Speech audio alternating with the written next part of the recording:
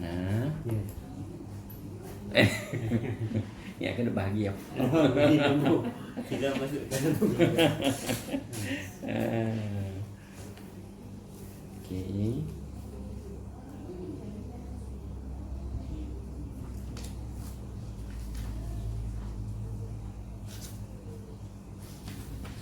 Sano. Sano.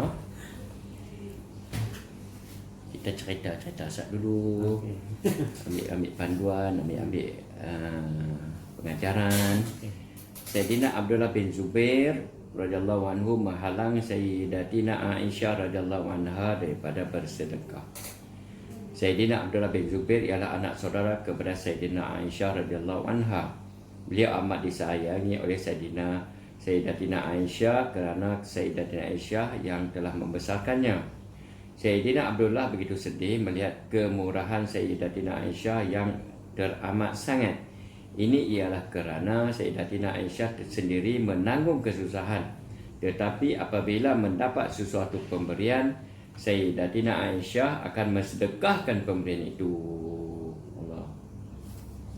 Suatu ketika beliau memberitahu bahawa beliau mesti mencari jalan supaya ibu saudaranya itu mengurangkan sedekahnya.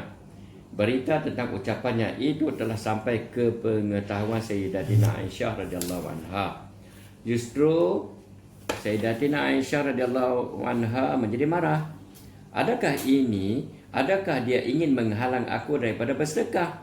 Lalu beliau bersumpah tidak akan bercakap dengan Sayyidina Abdullah lagi. Sayyidina Abdullah menjadi sangat sedih dengan kemarahan ibu saudaranya itu. Beliau telah mengutus beberapa orang memujuk Sayyidatina Aisyah. Namun Sayyidatina Aisyah menguzurkan dirinya atas alasan sumpahnya itu. Akhirnya, apabila Sayyidina Abdullah menjadi terlalu sedih, beliau membawa 2 orang daripada keluarga ibu Rasulullah untuk memujuk Sayyidatina Aisyah. Apabila mereka berdua masuk ke rumah, dengan kebenaran Sayyidatina Aisyah, Sayyidina Abdullah juga telah masuk bersama mereka secara sembunyi. Mereka berdua duduk di luar tabir dan Sayyidatina Aisyah radhiyallahu anha duduk di sebelah tabir. Apabila mereka memulakan perbualan, dengan tidak sebenar-benar Sayyidina Abdullah meluru ke dalam merentas tabir dan memeluk ibu saudaranya dalam keadaan menangis begitu kuat sekali sambil merayu-rayu. Kedua-dua mereka juga menyokong Sayyidina Abdullah sama mengingatkan Sayyidina Aisyah tentang sabda-sabda Rasulullah mengenai memutuskan hubungan dengan seseorang Islam dan larangan-larangan yang terdapat dalam hadis mengenai perbuatan itu, memutus hubungan silaturahim.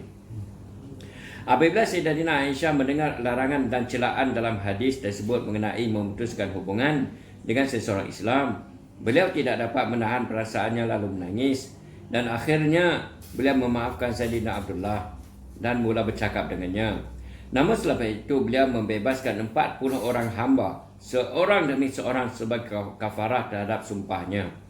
Apabila sahaja beliau teringat akan pelanggaran sumpah itu, beliau akan menangis sehingga selendangnya akan dibasahi dengan air mata.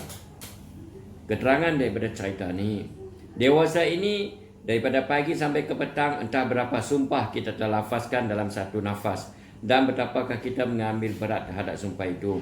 Jawapan untuk persoalan ini kita fikirkanlah sendiri. Siapakah orang lain yang bersama kita untuk memperingatkan kita? Akan tetapi bagi golongan yang mempunyai keyakinan terhadap nama Allah, perjanjian dengan Allah mesti ditunaikan. Hanyalah para sahabat yang mengetahui betapa sedihnya perasaan mereka apabila janji dengan Allah tidak dapat ditunaikan. Oleh sebab itulah Sayyidatina Aisyah akan banyak menangis apabila dia teringatkan peristiwa itu. Allahu Akbar. Hebatnya sahabat-sahabat Nabi, sahabat-sahabat Nabi ni. Semoga kita dapat ambil iktibar daripada kisah ni untuk kita jadikan panduan. Jangan mudah sangat nak bersumpah, jangan mudah sangat nak putus silaturahim. Baru nak buka kedai kan ni. Allah. Itulah no. Keluarga macam mana? Ada clash juga dalam keluarga. Alhamdulillah tak ada apa. Tak ada. Oh, alhamdulillah. Tak ada dok bendang, tak ada dok. Bendang tak ada. Kan banyak masalah yang berlaku dalam masyarakat dan keluarga-keluarga masing-masing kan.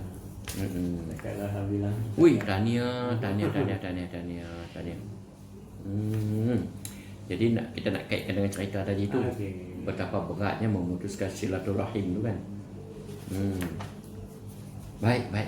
Alhamdulillah. Oh, tak ramai. Tak nak main. Tapi macam pernah jumpa ke seronok melawak. Macam pernah jumpa. Sudahlah kita. Dah jumpa dah ni. Itulah.